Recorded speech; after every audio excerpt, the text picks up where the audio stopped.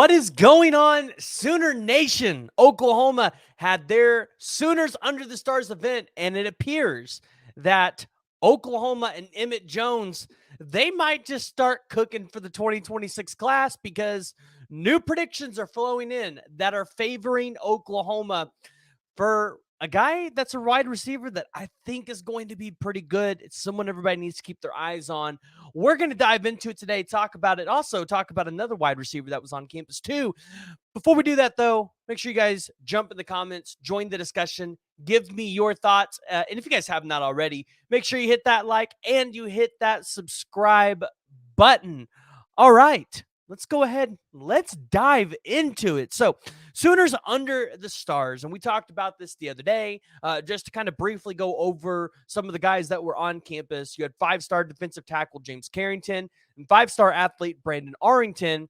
Arrington's a guy that I think could be more of like a Travis Hunter, right? He could play wide receiver. He could play cornerback. He is being primarily recruited by Jay Valai, but Emma Jones is the secondary there, so you could see a wide receiver there. And I want you to get the mix, right? Oklahoma, I think, might have had all their wide receivers in the 26th class on campus this week.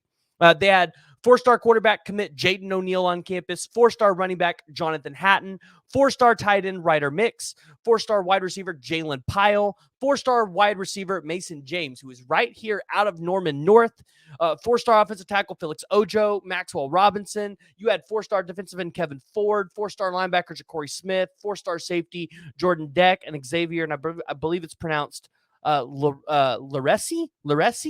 You had 3-star offensive tackle Deacon Schmidt, 3-star cornerback Evan Malaska.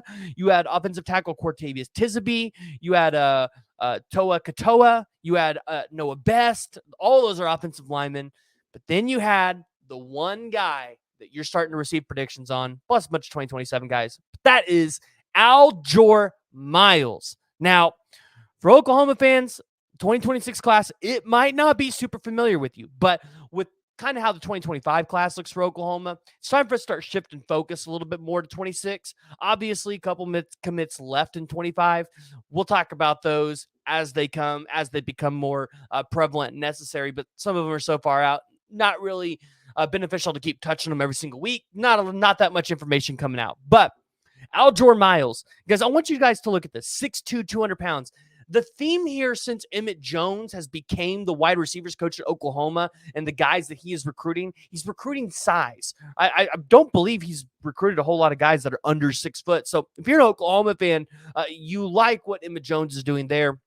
I did get a chance to look at some of his intangibles, which, by the way, he's played a little bit of defensive end too, and you guys are going to see that in his film right here as well. Which let me go ahead and start that while we talk about him. But 6'3", 193 pounds, 40-yard dash. He ran a 4.62. He has a 36.9 vertical. And that's going to be something that when you watch his film as a wide receiver, one, you're going to see the quarterback, like he always wants to find him on the field. And that's something you notice right away when you watch his film.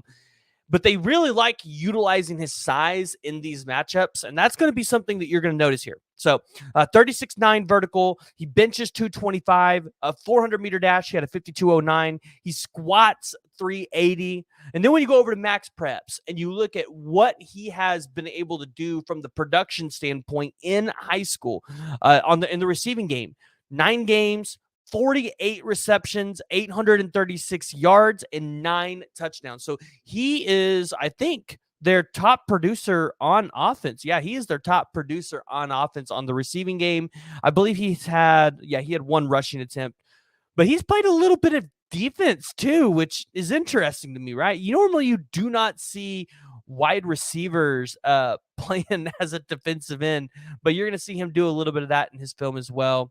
And we're going to jump over to Twitter because he actually had some camp film that he had, because the Sooners Under the Stars event, it's a recruiting event, but it's also a camp session as well. And we always know, the staff likes to get these guys on campus to camp to make their offers more committable. They like to see them. They like to see them in person. So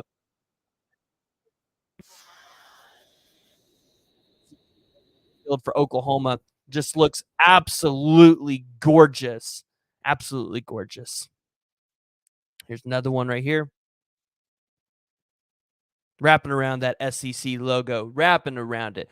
We'll get back to the film, though, right here so that we can continue to talk about Aljor Miles. I got a chance to actually follow up with Aljor Miles and kind of talk to him about his visit. I think we're going to try to get him on the podcast for an interview, but I kind of asked him, I said, hey, like, how was the visit? Did anything stand out compared to any other visits that you've taken? And he said only other visit that he's taken was Texas, and everything about Oklahoma is just superior to him so far. Now, I want Oklahoma fans to hear what he just said, though, and take that with this kid still got to take other visits. He's not committing right away. So you got to understand he's going to take other visits to other schools. So right now, he says Oklahoma is superior, but other schools could probably try to close that ground a little bit. So let's just be optimistic here, but just understand things can change. It's a long recruitment cycle. But I did ask him, like, hey, like, obviously the 2026 cycle really hasn't started for a whole lot of teams yet. Where are you at in understanding of where your commitment date is going to be? He said he aims to have a top 5 by maybe in a few months after this football season. So if you're an Oklahoma fan, this is exciting to see. Oklahoma's already making progress in the 2026 cycle. Emmett Jones is already doing his thing.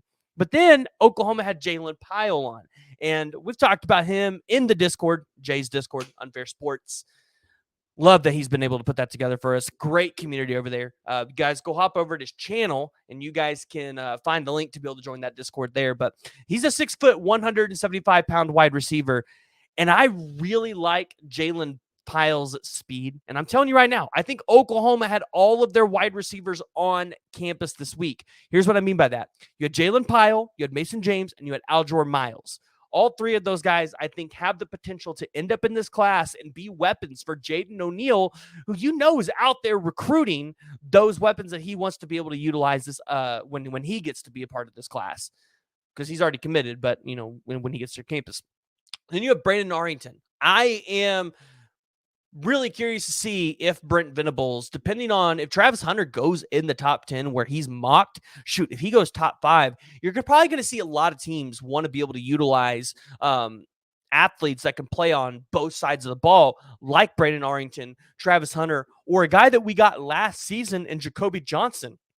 You're going to see, I think, more coaches utilize those dual side ball athletes in those ways. So it'd be interesting to see if Brandon Arrington, because Emmett Jones is his secondary recruiter, if Oklahoma will try to use him in that way. I think right now you would have to start to maybe look at Oklahoma as one of the top favorites for Brandon Arrington, just being from California and having a relationship with Jaden O'Neal as well. So Sooner Nation, if you guys have not already, make sure you guys are joining the discussion, jumping down in the comments below, giving me your thoughts. And if you guys have not already, make sure you guys go ahead and you hit that like and you hit that subscribe button.